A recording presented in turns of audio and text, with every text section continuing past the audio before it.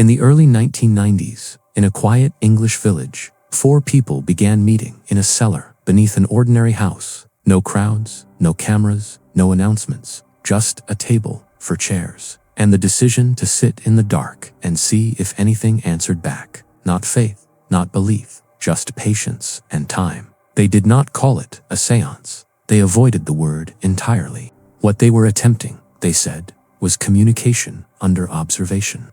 If consciousness survived death, they wanted it to show itself calmly, repeatedly, and without performance. This became known as the Scole Experiment.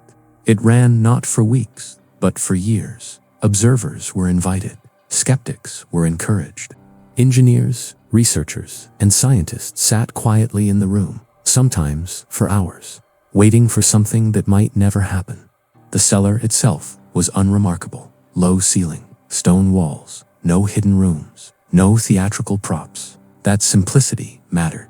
Nothing dramatic was supposed to happen here. And that was exactly what made the first reports unsettling. The first phenomenon was light. Not flashes or reflections, but small points of brightness that appeared in total darkness. Witnesses described them as controlled, responsive, and deliberate. When asked to move, they moved. When blocked, they changed direction. Observers were allowed to test the lights. They reached toward them. They placed objects in their path. The lights avoided contact, slipping around obstacles as if aware of the room's layout. People who entered as skeptics found themselves carefully watching their own reactions. Darkness changes people. Time stretches. Breathing becomes loud.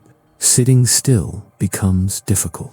Some observers later said the hardest part was not what appeared, but waiting without distraction while nothing happened at all. Then sound was reported. Knocks, raps, taps that answered questions with apparent intelligence, not constant, not dramatic. Simple responses that seemed to pause as if considering what had been asked. The group claimed these sounds could respond accurately to complex questioning, not guesses, not random rhythms, patterns that appeared to acknowledge context.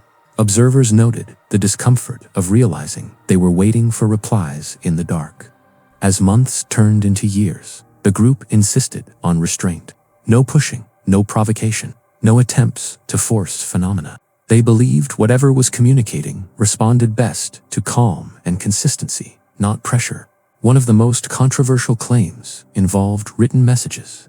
Paper was sealed inside containers before sessions. When opened afterward, writing reportedly appeared on the pages. The handwriting did not match anyone present. These messages did not offer grand revelations. They were measured, almost cautious. Observers described them as oddly restrained, avoiding dramatic claims, as if aware they were being watched by people looking for flaws. The most debated phenomenon involved photographic film. Film was sealed, marked, and placed in locked containers. After sessions, images appeared. Faces, symbols, landscapes, unrelated to the cellar. Not everyone was convinced. Darkness complicates perception. Memory shifts. Expectation fills gaps. These criticisms were raised openly, often by the observers themselves. The group did not argue. They documented and continued. What unsettled many witnesses was not belief, but uncertainty. Some entered convinced it was impossible. They left unable to explain what they had experienced, even to themselves. The experiment never claimed proof. The group rejected that word. They spoke instead of interaction, of intelligence, of responses that felt intentional rather than random. That distinction made critics uneasy and supporters cautious. Over time, the sessions slowed. Energy faded. Attendance changed. The group believed the conditions that allowed communication were delicate, and that forcing continuation would distort whatever was happening. There was no dramatic ending, no final revelation, no collapse into fraud or triumph, just a quiet decision to stop. Boxers were closed, recordings archived. The cellar returned to being just a cellar. The Scole Experiment occupies an uncomfortable space, too structured to dismiss easily, too strange to accept fully. It refuses to settle into belief or debunking. For some, it was psychology under extreme conditions. For others, an illusion sustained by expectation. For a few, it suggested something deeper, not spirits as ghosts, but consciousness untethered from bodies.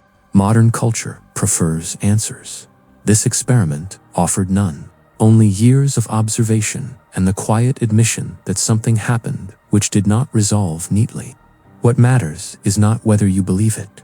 What matters is that trained adults sat in a dark room for years and could not agree on what they witnessed. The Scole Experiment asks a dangerous question.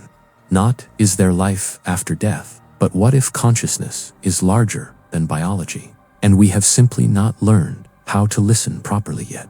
In the end, nothing leaped from the dark. No final proof appeared. Only silence returned. And perhaps that is the most honest ending. The unknown rarely announces itself. It waits.